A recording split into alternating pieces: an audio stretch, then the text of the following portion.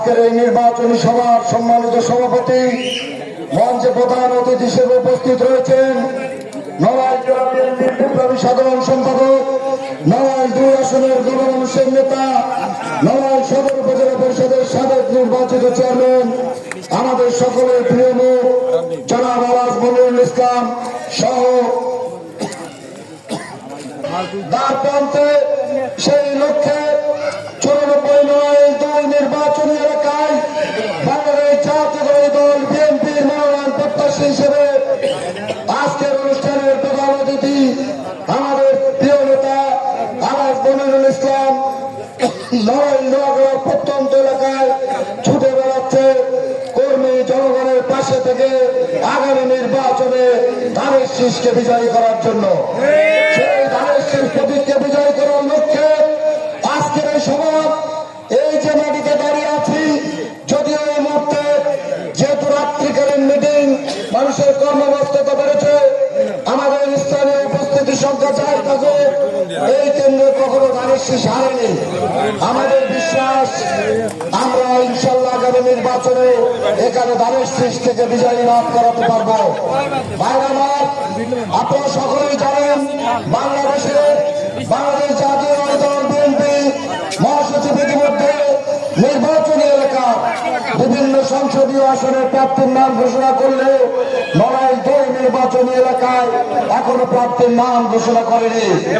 আমরা মনে করি আমাদের প্রিয় নেতা তারেক রহমান স্থায়ী কমিটি সহ নির্বাচনী বোর্ডের কাছে নড়াইলের এই 2 নির্বাচনী এলাকার প্রার্থীদের জরিপের ফলাফল রয়েছে। ভাই আমার, আমরা মনে করি যারা সংগঠন করে রক্ত ঘাম যেই জুন আমরা দিয়ে তাদের অনেক দায়বদ্ধতা থাকে। ঠিক তেমনই একজন প্রিয় নেতা আমার ছোট ভাই নড়াইল জেলা বিএনপি সাধারণ সম্পাদক আলাজ মনিরুল ইসলাম। মানুষ তার রাজনৈতিক জীবনে সবকিছুকে বিলিয়ে দিয়ে সংগঠনের পিছনে দিন রাত কাজ করা, হামলা মামলাকে নিজের বাড়িঘর ভাঙচুরের পরে যে রাজপথে থেকে সেই তারেক রহমানের নেতৃত্বে আমরা যার সাথে থেকে আন্দোলন সংগ্রাম করেছি, সেই নেতার প্রত্যাশা নড়াইলে 94 নির্বাচনী এলাকার লক্ষ লক্ষ এবং দলের নেতা কর্মী ও ভোটারের কাছে অবশ্যই তার একটি মানবিক আবেদন থাকে। আজকে বিএনপির জাতীয় স্থায়ী কমিটি সহ নেতৃবৃন্দকে ভাবতে হবে একটি সংসদীয় আসন বিজয়ের দ্বার প্রান্তে সেখানে অবশ্যই দলের ত্যাগী জনপ্রিয় নেতাকে সেখানে মনোনয়ন দিয়ে সেই আসন নিশ্চিত করা।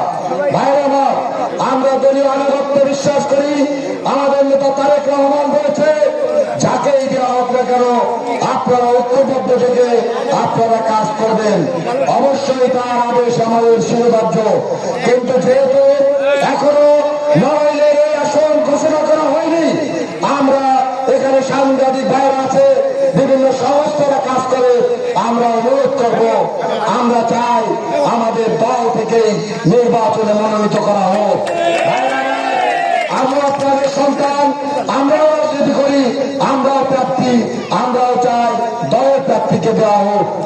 যোগ্যতার মাপকাঠি, সাংগঠনিক দক্ষতা, ত্যাগের মূল্যায়ন যদি আমি প্রার্থী হিসেবে আমার ছোট ভাই বয়সে হলেও রাজনৈতিক ভাবে আমার দলের সাধারণ সম্পাদক, তার রাজনৈতিক মূল্যায়ন, সেই মূল্যায়নকে সম্মান করা, আবার আমার ছোট হলেও দলের পদে তাকেও মূল্যায়ন করা, এটা আমাদের রাজনৈতিক শিষ্টাচার।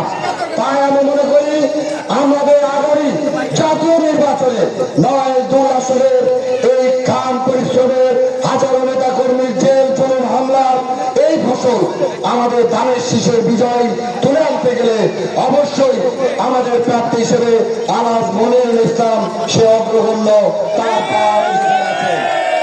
আমরা দলমত নির্বিশেষে আগামী জাতীয় নির্বাচনে বিশেষ করে নড়াইল সদরে সংসদ সদস্য হিসেবে আমাদের একজন প্রার্থী হিসেবে, যোগ্য প্রার্থী হিসেবে আলাজ মনিরুল ইসলাম আগামী দিনে নির্বাচিত হয়ে আসবে, যদি দল আমাদেরকে সেই যথাযথ মূল্যায়ন করে।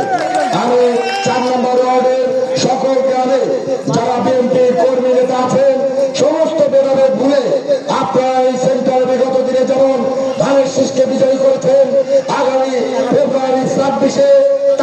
রহমানের প্রতি, বেগম খালেদা জিয়ার প্রতি, শহীদ রাষ্ট্রপতি জিয়াউর রহমানের প্রতি ধানের শীষকে বিপুল ভোটে বিজয়ী করবেন এই আশাবাদ ব্যক্ত করে আমি আমার সংক্ষিপ্ত বক্তব্য শেষ করছি।